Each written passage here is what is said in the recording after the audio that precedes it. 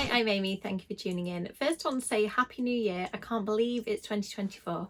I'm so excited about all the things that this year will bring. I've got lots of writing projects planned, including doing some freelance writing, which is something I've not done much of before. So I'm really looking forward to that. I've got lots of book events that I'm sure I'll be attending. And I've got family things planned too. So I'm really, really hyped about 2024. And I'm hoping to read a little bit more this year as well, because 2023 was very much a year of writing for me. I worked on 3 different books, one of which was the A Taste of Darkness anthology that I'm really proud of, that came out in September. I also wrote and edited the whole of Mina 3, and I edited another book as well. So this year I'm hoping to do lots of writing still, but I'm also hoping to read a little bit more. So with that in mind, I've set myself quite a big TBR pile for January. I don't know whether I'll get to read all of it, but I'm going to do my best. I always like to have a big pile anyway, because I feel like I can choose the books that I feel like reading, because I'm still quite a mood reader. So first of all, I'll talk to you about my current read, and then I'm planning to take part in a few book clubs, including my own YA book club, and then I'll get to the other books on my list. So first up, my current read is Where Sleeping Girls Lie. It's by the author of Ace of Spades, and it is also set in a dark academia kind of environment. I haven't read Ace of Spades, but I'm really, really enjoying this one so far. It's about a girl called Sade who starts at a new school, and her roommate very quickly goes missing, and there's lots of mysteries and intrigue so far, so I'm really looking forward to seeing where this one will go. Next up, Elizabeth Sagewood has started a haunted Victorian Gothic book club, and January's read is The Phantom of the Opera. So I've always wanted to read this book. It's quite short, so I'm feeling optimistic that I will actually get there. And I'm trying to read a lot more classic fiction this year, because I keep buying it. If I'm selective, I tend to really enjoy classic, particularly Gothic classic fiction. So this one is going to be my first classic read of the year.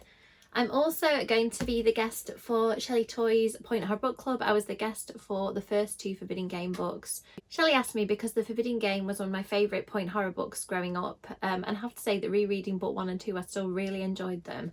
So I'm looking forward to reading this one. I do remember that there is a scene, and it must be in this one because it wasn't in one of the other 2. There was a scene that actually gave me nightmares as a sort of tween, when I was probably about 11 when I read this book. A very, very creepy body horror scene. It's probably one of my first experiences of body horror, so I'm looking forward to getting to that scene, seeing if it's as scary as I thought, and seeing how this trilogy wraps up, because I can't really remember much about it. I think I reread the first book a lot, and I've probably only read this one a couple of times. You're talking 20 years ago or more, so it feels like I'm reading this one fresh. The YA book club pick this month is Catch Your Death, and I'm really looking forward to reading this one because it is set in an isolated, icy, wintry location, and it says on the back, "Murder is a dish best served cold. Trapped in a mansion with a murderer and a family of liars. How would you survive?" An ice-cold, mind-blowing murder mystery from the author of the breakout YA thriller of 2023, this book kills. Perfect for fans of Holly Jackson and Karen McManus. So I'm really looking forward to reading this along with the book club in January. It's been on my TBR a couple of times, so it's finally time to read it. This one has also been on my TBR a couple of times. I was sent an early copy of this. I think it comes out in January. I'm not sure whether it'll say in the front of the book.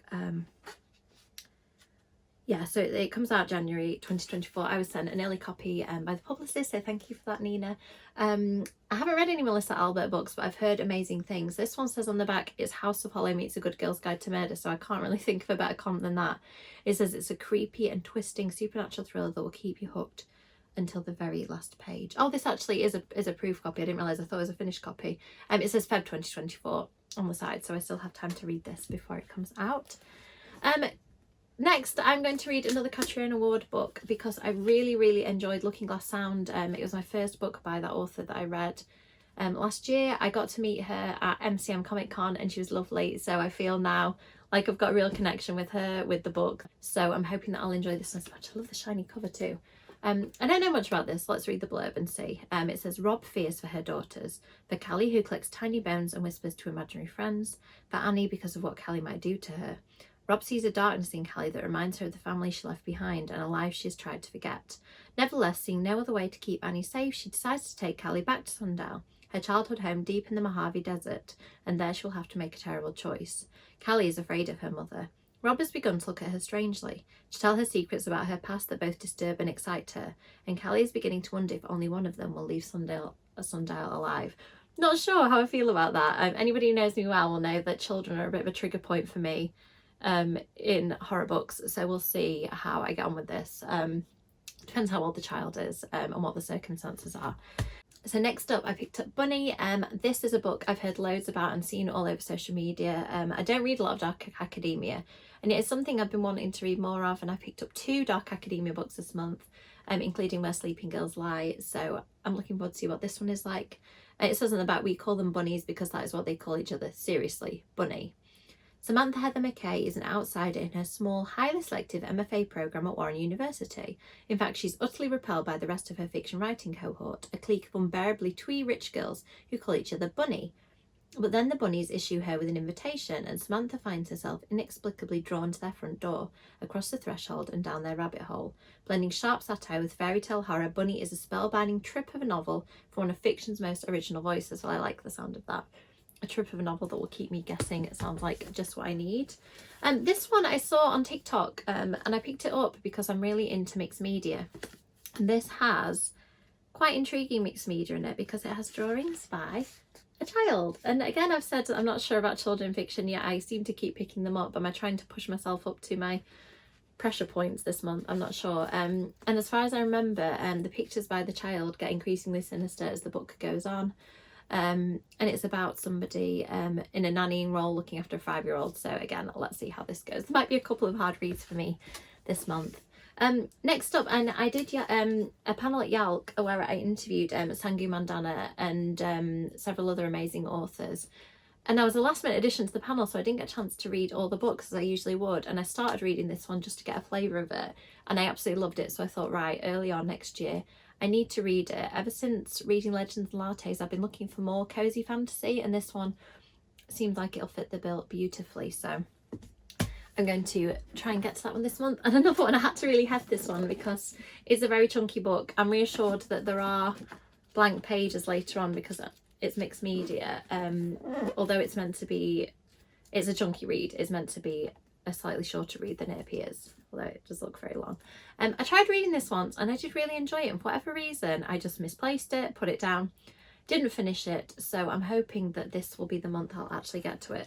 So looking at that, it's an enormous stack. I don't think I'll get to all the books this month, and also I've got a couple of little like challenges I'm going to do for myself this year. I want to read more Gothic fiction, as I said. I also want to try and read more Stephen King, because as you can probably see behind me, I'm in the process of collecting all of the Ultimate Storyteller new Stephen King editions.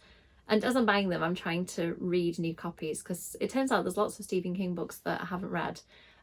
So although I've not picked a Stephen King book this month, I think I probably will add one to my TBR. So let me know in the comments if you have anything to say about any of the books I've read, or if you think that there's something I would like. And if there's a Stephen King book that you think I would enjoy, please let me know and I will try and prioritise it. I'm only reading the ones in the Ultimate Storyteller editions, but if you recommend me one that isn't out yet, then I'll just wait patiently until it comes out. So thank you so much everyone who has watched this point. As always, likes and subscribes and comments are really appreciated, and I'll see you in the next video. Bye!